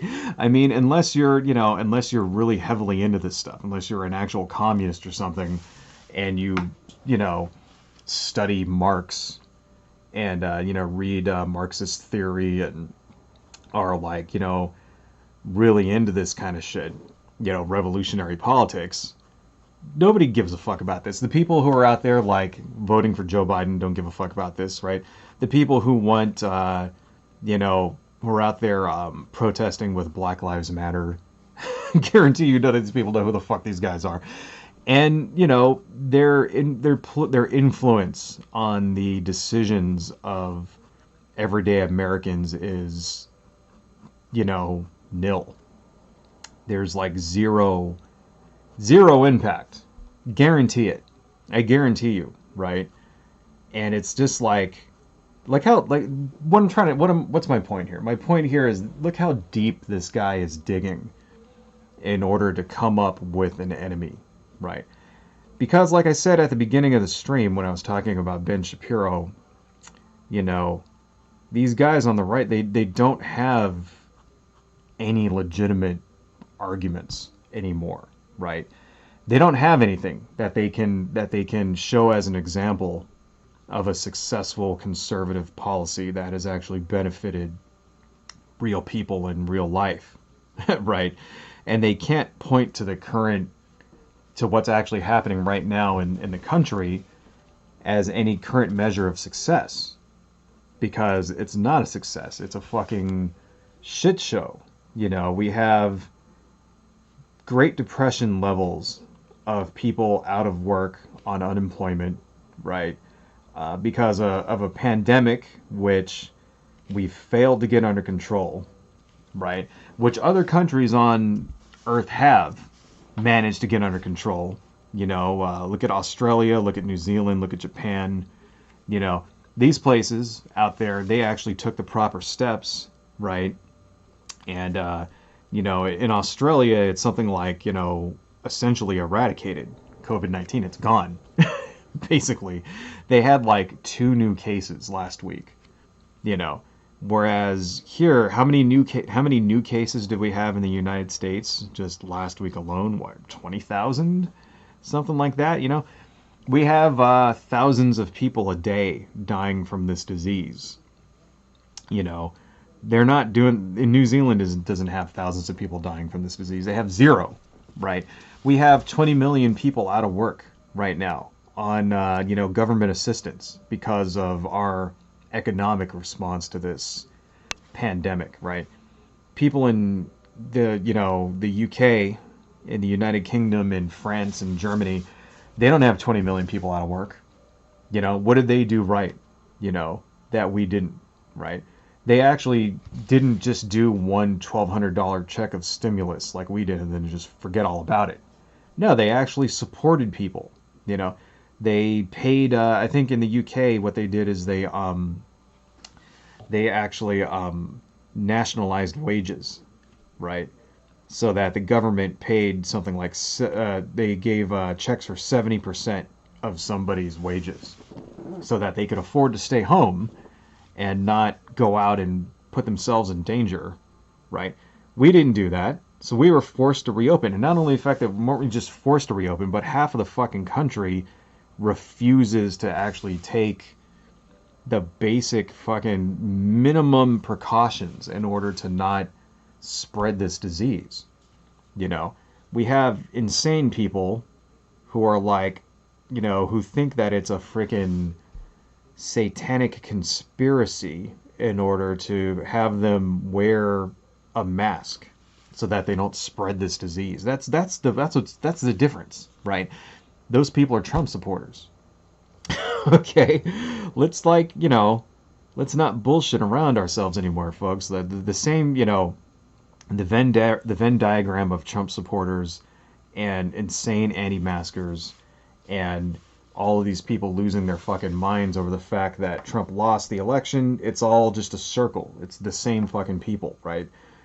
And it's like they're directly responsible for very, very, very many of the problems that we're facing right now, right? So what does this guy have in order to show us why that we should believe. You know, what is it? What kind of practical examples of anything does this guy have to show us why we should fucking listen to him and believe the shit that he believes? He doesn't have anything. He doesn't have shit. So he's going back to these, you know, these bullshit, stupid fucking dipshit social issues and culture war crap, you know. And it's the same shit from 2011. It's the same shit from, like, you know, a decade ago, right? Because that's all they have. That's all the shit they have on the shelf, right? And this is basically, you know, like I said with Ben Shapiro, this is the right wing trying to reinvent themselves. Anyway, let's see what else he's got to say, because this is only a minute long. So let's. In the 1960s, they said conflict is the origin of everything. What happens when you're thankful? By definition, you're less likely to be involved and engaged in conflict. Thanksgiving is supposed to de-escalate any sort of pre-existing issues in our country. And now they're using the virus as an excuse for you not to be thankful. We'll be right back. The left has always hated Thanksgiving. All right, that's enough of that shit. Yeah, now they're using the virus as a reason to not be thankful. Wow, I should be thankful that there's a virus, huh? You know, if you want people to be thankful, if you want people to like your country, you have to actually do shit that helps people, that makes people want to like the fucking country. All right? Like, seriously, like, you know, this is your fault. Right, Charlie Kirk? And the people that Charlie Kirk, like, support, it's their fucking fault that everything is so fucked up right now. I don't know.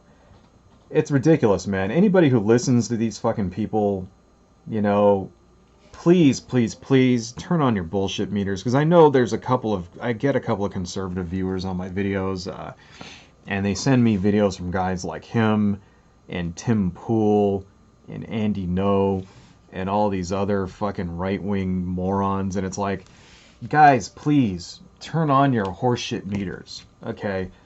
People like this guy, they don't give a fuck about you. They don't care about you, you know? He's making money from your outrage. That's his business model. That's what Charlie Kirk does. That's what Tim Pool does. That's what fucking Ben Shapiro does. They are exploiting you and they're exploiting your inherent biases and your cultural, you know, your cultural biases in order to make money from you. That's what they're fucking doing. Anyway, that shit was ridiculous. There's one more guy. What time we got? 1:38. Okay, I gotta show you this guy, because this guy is fucking hilarious. And his name is the funniest shit I've ever seen in my entire life. His name is Mikeblaizmaga.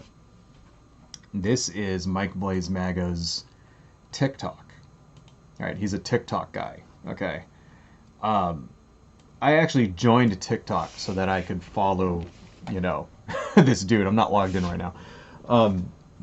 So that I could follow this dude, because this is the fun. And I don't know if this guy has to be fake. Okay, let's just say that. But anyway, his stick is that he's supposed to be a time traveler. Which I'm assuming he's a time traveler from, like, the 18th century, you know, the 19th century maybe, you know, like 1888 or some shit like that. Like this steampunk time traveler guy. And he makes these videos here, and they're the funniest fucking thing. Anyway, let me just go ahead and play a couple of these for you here. Let's start with this one. All right. And let's see. How come there's no audio? Oh. Many of you are feeling stress and worry and sadness and anger. Okay, hang on. So it's TikTok, so you can't rewind, so. All right. Let me just play this guy. He'll just speak for himself. Okay. Let me just play this. Ready? Here we go. Hold the line. War is never supposed to be easy. Hold the line. I know many of you are feeling stress and worry and sadness and anger and angst, but hold the line. We are in this. Hold the line. You must believe, you must pray to God and hold the line. We do not have mainstream media. We do not have big tech. We do not have bankers of Wall Street. We have each other. We have spirit. We have heart. We have MAGA. We have Donald Trump. So hold the line. We have God. Hold the line. This is Providence. Now the country will see exactly who the Democrats are. We will see that they try to steal elections, that they are evil. You must hold the line. Believe in yourself, believe in your heart, believe in each other, and hold the line. We will win this. Hold the line. Hold the line. Oh my god. Oh my god, it's the funniest thing. We will witness. Hold the line. Holy fucking shit. This is beautiful. I can't tell, you know, is this guy like for real? Like, I don't know, man. There was another one here that was like really funny. Let me see if I can find what it is. Hold the line. That shit was hilarious. All right. Let's try this one, okay? Well, well, well. Dominion whistleblowers have come forward. Hold the line. Listen to the music that this guy's putting here. Well, well, well. I mean, Dominion whistleblower. it's like he's got like that dramatic music in the background, like it's the, you know, the soundtrack to like the fucking Pirates of the Caribbean movie or some shit. Oh my god, here we go. Okay, here we go. Boycott Fox. Oh wait, here's one. MAGA, just called MAGA. See, the difference between Trump and the Democrats is one of lightness and dark. It is one of good and evil. The difference between Trump is that when they accuse him of cheating an election with the fake Russian collusion hoax with no proof, which big tech blasted everywhere, Trump said, do it. Investigate me as you wish, as long as you'd like, but please not for too long. I have a country to run. He was squeaky clean. Absolutely no wrongdoing. And now we are asking the same of the Democrats and Joe Biden. Let us do recounts. Let us investigate, but they do not want to. Because he who has done no wrong fears no investigation. That is Trump. That is the light.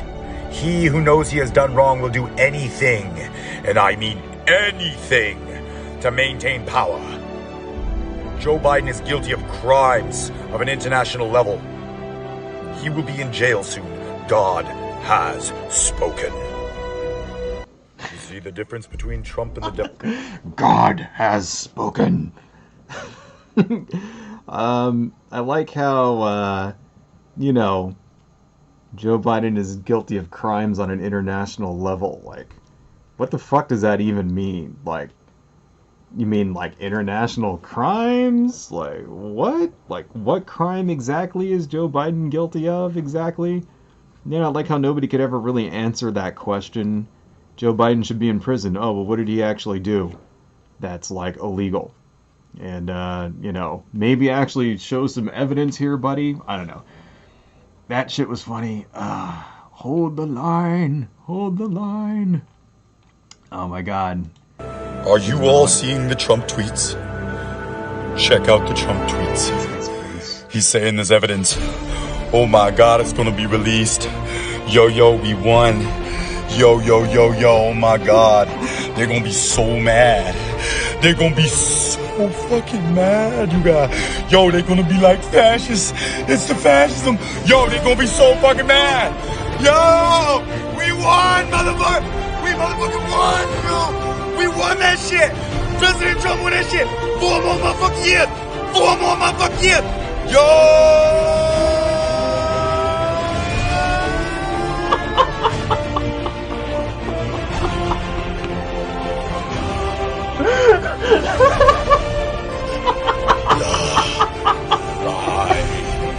Hold the line! Hold the line! Are you all seeing the Trump tweets? Oh my. So, whoever this guy is a fucking genius. Alright? can he be for real? I don't know. I don't know if he's for real. I mean, seriously, like, but I do want to show you guys because apparently, you know, hang on, let me just log in here, right? Because the people who watch this stuff think he's real. What the hell is my T1? There we go. Is that it? Hey, I actually remembered my password. Okay. Bam, bam. Sorry, it's making me go... What? It's making me go through the CAPTCHA. Two objects that are the same shape. Alright, alright. What the fuck is going on with this CAPTCHA here? Select two objects that are the same shape. 6, 6. Alright, fuck you, finally. I don't know why it... What? Why is my password incorrect? What the hell? Hang on a second, folks. A-N-T-I-C-O-T-1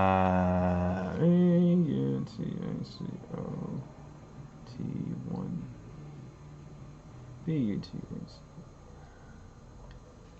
Give me 1 second, guys. Let me just figure out why... Two objects that are the same shape, blah, blah, blah, because I want to show you the comments. Okay, login success. Thank you. All right, there.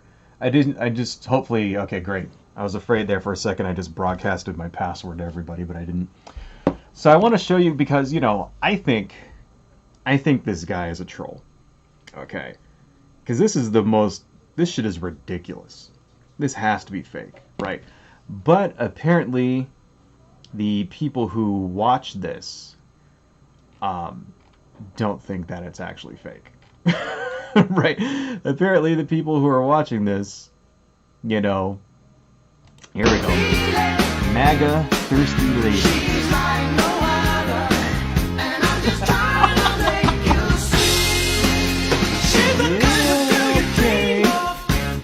Oh my god.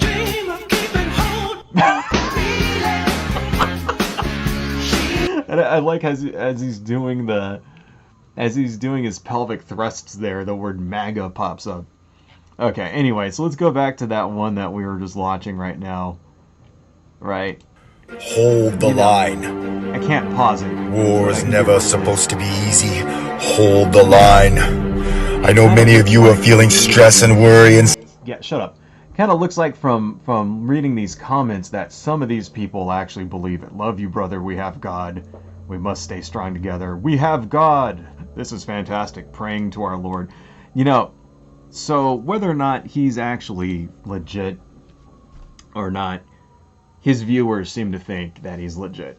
Although it looks like in some of his later videos, some people have kind of caught on and they're starting to like make fun of his ass or whatever. I don't know. I think this dude is brilliant.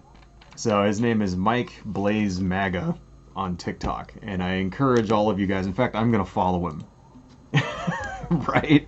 Because I think he's funny as fuck, and I think that this dude is faking it. I think that he's trolling people, because there's no fucking way that somebody can be that like unself-aware. You know, if this dude actually thinks that he's like that, I don't know. I just refuse to believe that somebody could be unaware of how stupid he looks like this, and he has to be fucking doing it on purpose. There just has to be. But anyway, yeah, go check this dude out. This dude was funny as hell. So I just thought I'd share that with you. That really, when I saw that yesterday, that blew me away with how ridiculous that guy is. Okay, we're getting close to the end here. It's been about 2 hours. Got a couple of comments. Lewis the Hedgehog, what's up, man? How you doing? Looks like you're the only guy who commented, Lewis, so I'm going to read your comments. I'm thankful for vaccines. Anyone who thinks God is on Trump's side needs help. Yeah, that's true. That's true.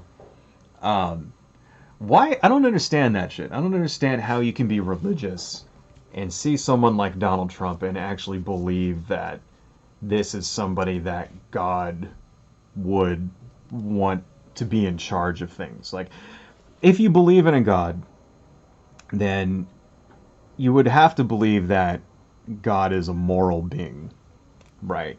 Because if you believed God was immoral, then that's kind of a hopeless fucking thing, right? And, you know, but yeah, if anybody out there, if you're usually a religious person, you know, whatever kind of religion it is, you know, if you're Islam or Christian, or if you're Jewish or a Hindu or whatever, and you believe in, you know, a higher power and an actual God that runs the universe, then you tend to believe that God is on your side, right? And is looking out for you and is doing, you know, has a plan for you or whatever. And all you have to do is show reverence and worship and blah, blah, blah, and live according to their plan. And then everything will be great. And that's how it's supposed to work. And I don't see how any rational God would choose someone like Donald Trump to run your country. I mean, unless they were trying to punish the country, you know, why don't they ever take that possibility? Like, hey, maybe God put Donald Trump in as the presidency because he hates the United States, because he hates you. Right? How come that possibility never comes up? Maybe God doesn't like the fact that, you know, people in the United States don't like immigrants, or that they, you know, treat black people differently than they treat white people. Or maybe God doesn't like the fact that, you know, you take, that they're taking away people's children and putting them in concentration camps. Or he doesn't like it when these assholes, like, go out and, like, fucking, you know, assault and murder gay people, you know, or whatever. Maybe God likes abortion. Have you guys thought about that? Like, maybe that's the reason. Maybe that's why God put Trump in charge, in order to fuck up the United States. You know, because the people in the United States keep voting for conservative, insane people. You know, maybe they didn't think about that. Maybe God's a Democrat, huh? I don't know. That sounds like an internet rant that I would have written, you know, in like 2005 or something. Right? So, Lewis the Hedgehog, really believing Trump won will not keep him as president. Yes, it will not. And I guess that's kind of, you know, I don't know. These people, they're going to have to rebrand themselves, you know, and let's hope that whoever comes next, whoever is the next big white hope from the Republicans, is a much more moral person. I'm hoping so. You know, I mean, like I said in last week's streams, you know, it took a lot. Like, Donald Trump actually makes somebody like Mitt Romney look like a nice guy. You know, in 2012, I made probably a good 15 or 20 anti-Mitt Romney videos. You know, I really did not like Mitt Romney, and I think most of those are still up. And Trump makes Mitt Romney look like a fucking saint. And, you know, if the election were between Trump and Mitt Romney, I would vote for Mitt Romney in a nanosecond. Because at the very least, even though Mitt Romney was slimy and out of touch elitist who, you know, didn't really give a shit about poor people, you know, I at the very least would trust him to not destroy the country. Right? I would trust him to not, you know, not try to manipulate the Justice Department in order to get his friends, you know, off of, get his friends off from being prosecuted, right? I would trust him to not ruin, like, you know, long-standing relationships with our allies, you know, things like intelligence sharing relationships, and I would trust him not to threaten to, like, you know, pull out of NATO, and not just unilaterally like remove himself from deals the prior administration made when it comes to things like Iran and all that, the Iran nuclear deal, stuff like that, just because he didn't like the previous president. Like, I would trust him not to govern by his ego. I guess that's what it is. That's Trump's thing. He governs by his ego, not what's best for the country, but what best benefits him and what makes him feel better. It's a definitely facts over or feelings over facts kind of presidency that we have now. Mitt Romney wouldn't do that. George W. Bush didn't even do that shit. George W. Bush went and started fucking 2 illegal wars and presided over a fucking like massive economic meltdown that was like the largest in modern times, except for the one that we have going on now. Right? George W. Bush did some bad fucking things and is a horrible president and is much worse than a lot of people give him credit for. Bush's public image has been rehabilitated in recent years, and it's completely undeserved. Bush is a scumbag, and he really fucked this country up bad. And a lot of the problems that he caused, we're still dealing with. But at any given time, I still would have trusted him more than I trust Donald Trump. I guess that when it comes to a decision like that, it's sort of like, do you shoot yourself in the foot or do you kick yourself in the nuts? Like, that's the kind of decision it would be between Trump and Bush. And it's like, well, I'd rather get kicked in the nuts because that doesn't, do permanent damage. Anyway, Lewis the Hedgehog, read the 5th chapter of the Book of Numbers. I will. I'll check it out. I have actually not read the Bible, so I don't know. But I'm assuming that probably has to do with what you're saying, God sending a leader to punish a country. Right? I don't know. I'll check it out. Aaron Hayes, hey, how you doing? Trump really changed the game. Yes, he did. Yes, he did. And I think a lot of this is just, ripping off a Band-Aid now and exposing the corruption that's underneath. I think that's, if there's anything positive that Donald Trump did, it's showing us the weaknesses that we have in this country. And now we know what we have to fix, right? Well, thanks, guys. Thank you guys for joining. It's been about 2 hours, and I think we should probably wrap this up about now. And plus that, and also the fact that I think I'm done with the drawing. This is it. So, what do you guys think? I think it looks pretty good. It turned out pretty good. We got our Western Dragon, going up here. Pretty good. This section of the neck, I think, is a little wonky, but I think I could fix that in Photoshop. I think this guy turned out really well.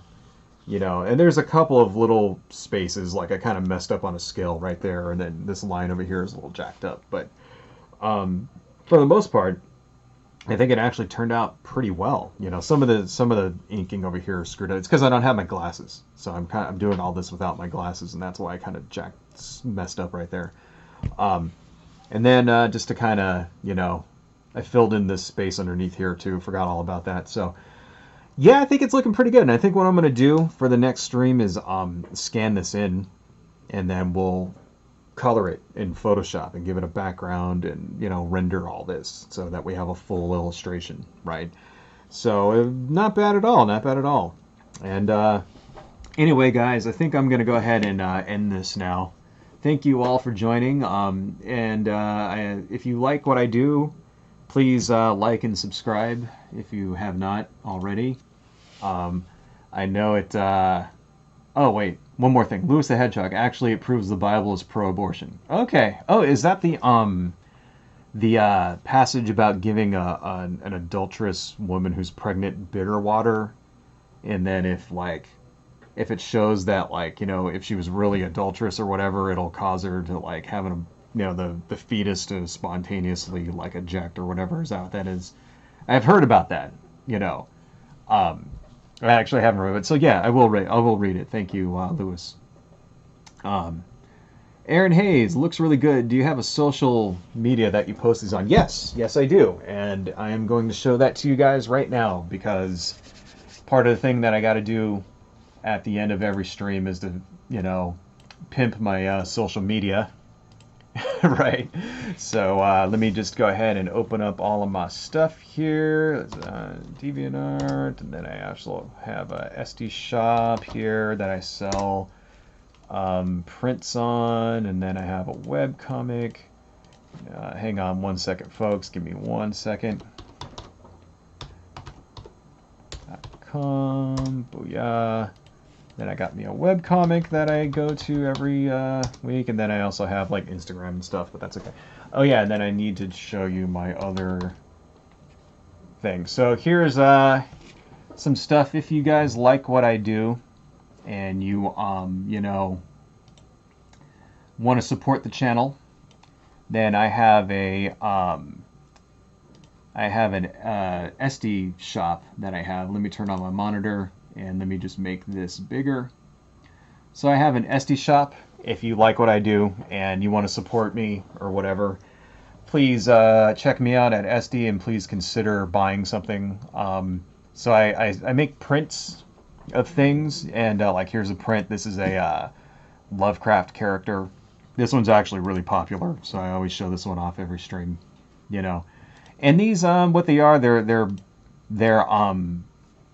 coffee stained prints, so each one comes out different. Here's another Lovecraft guy. This is Nyarlathotep, you know. And these are 11 by 17 coffee stained prints. Each one comes out unique because of the staining and the tears around the edge. And the texture makes it feel like it's made out of leather. And I'm also going to start selling other things here. This is a sculpture that I made out of like a, you know, styrofoam Halloween pumpkin. And it's got like, you know, veins and teeth and shit on it. So kind of like a prop sort of thing. So I'm going to start listing stuff like this also on my SD shop. So if you like what I do and you want to support me, please consider buying something.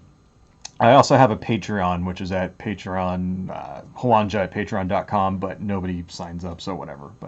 But yeah, you know, I'll put links to all this stuff in the bottom as well. And then I also have a DeviantArt site, so if you like my artwork and you want to see more of my artwork, it's at deviantart.com/Hwanja. So, you know, and I post all the same stuff here. I post a lot of comics, things like that, you know. There's that sculpture that I just showed you, right? If you want to check out, like, here's my gallery. We kind of open my gallery up here. I've been doing a lot of comics here. You know, then also do like some things like full-colored rendered pieces. Here's some She-Ra, Princess of Power fan art, because I really like She-Ra, so I made them all monsters. If you haven't seen She-Ra, it's awesome. You know, here's another, you know, some more examples of my artwork. So yeah, if you like what I do, please check me out on DeviantArt also. Then I also have a web comic. This is Hwanja.com, fun for the whole stupid family. My main web comic, Hwanja, is about ninjas and there's demons and stuff in it. And, you know, etc., etc. It's lots of action and ninja stuff and monsters, blah, blah, blah, blah, blah. And then I also have another web comic called Dirty Kitchen Comics, which is more of a much more sort of webcomic-y, sort of random thing. These are all just one-offs, you know. And I update this maybe about, you know, once a week or once every 2 weeks. I usually update Hwanja once a week, and then this maybe about once every 2 weeks or so. Right. Give you another example of a random comic. This is Beer Man, about a guy that delivers beer. So, anyway, that's my webcomic. And then I also have another YouTube channel. So if you want to see me talk about something that... this is my non-political channel, so I talk about toys and video games and movies and TV shows and crap. So if you want to see me talk about nerdy, geeky stuff, please check me out on UCD Videos. And I think that's all I got, folks. So thank you all for joining. Thank you, Lewis the Hedgehog. Thank you, Booyah Amidam. Thank you, Aaron Hayes. You guys are great. And I will most likely be back on either Wednesday or Thursday of next week, as soon as I find out some more stuff to talk about and get Photoshop installed on my computer back here. And I think that's what I got. So adios, folks. Everybody out there, stay safe and talk